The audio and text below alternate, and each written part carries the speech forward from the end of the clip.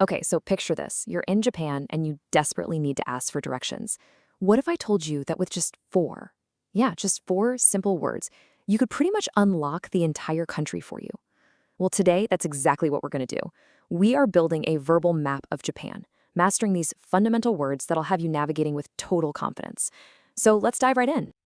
Every single adventure starts somewhere, and a lot of the time it starts with a question. And let's be honest, this one right here, Toiro wa doko desu ka?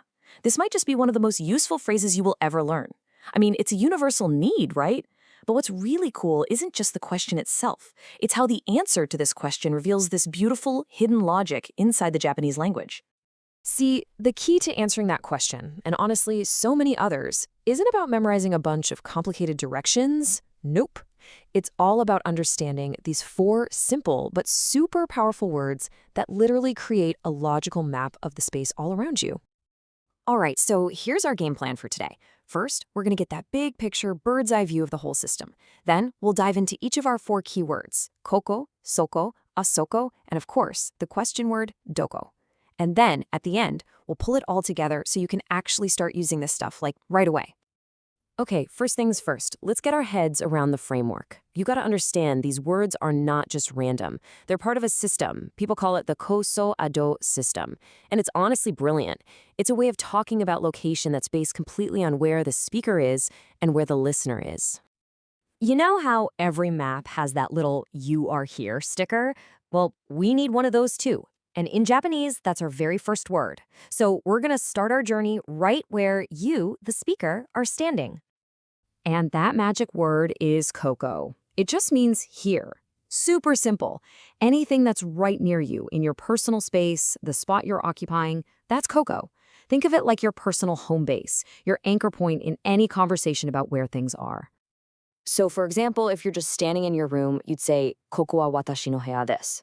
You're using koko because the room is your space right now. It's the place you're in, it's your here. All right, so that's here all sorted out. But a conversation usually has at least two people in it, right? So our map, it needs to get a little bigger. We need to add the person you're talking to. And this is where soko comes into play.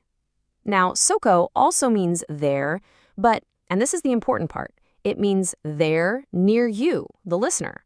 It elegantly shifts the focus from my space over to your space. So let's say you're talking to a friend and they're standing right in front of this big building. You could ask, "Soko wa toshokan desu ka?" See? You're using soko because the library is near them. It's not near you. And here you can really see that dynamic laid out perfectly. Just think of it like this. Koko is my bubble. Soko is your bubble. It's such a simple, clean, logical distinction, isn't it? I love it. Okay, great. We've got my bubble and your bubble. But what about all the stuff that's not in either of our bubbles? What if we want to talk about something that's way off in the distance, far away from both of us? For that, we have the perfect word, asoko. It means over there. And you use it for any place that's far away from both the speaker and the listener. Just think of it like pointing to something on the horizon that you can both see. And here is a perfect everyday example. Someone comes up to you and asks where the convenience store is. You just point down the street and say, "Konbini wa asoko desu." The store isn't near you, it isn't near them, it's way down there, so asoko is the perfect word.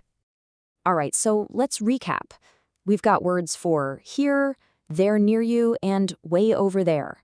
But how do we even ask for this information in the first place?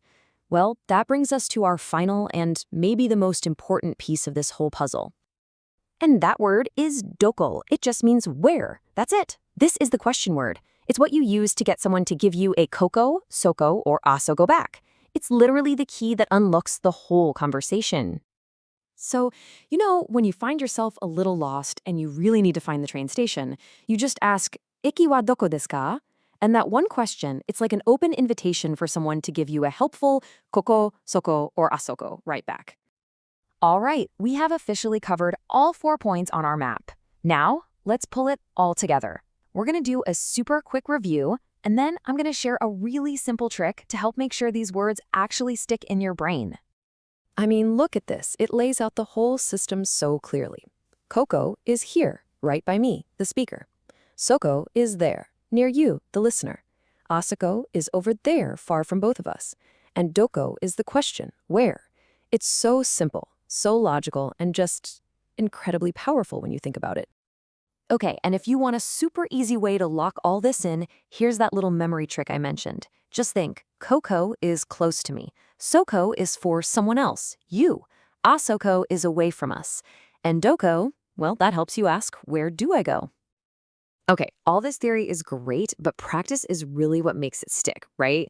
So let's just run through a quick, classic little conversation that I can almost guarantee you're gonna have if you go to Japan. Let's go right back to that very first question we started with. So you walk up to someone and you ask, "Toire wa doko desu ka?" Where is the toilet? And they just point down the hall and say, "Asoko desu." It's over there. See how perfectly that works? A simple doko question gets a nice, clear asoko answer. And boom, just like that, you've handled one of the most common interactions you will ever have in Japan. And really, there you have it. 4 little words that build a complete verbal map. You're not just learning vocab words anymore, are you? You're actually learning to see the world a little bit differently, to navigate a new space, and to connect with people. So the only question left now is, where do you want to go first?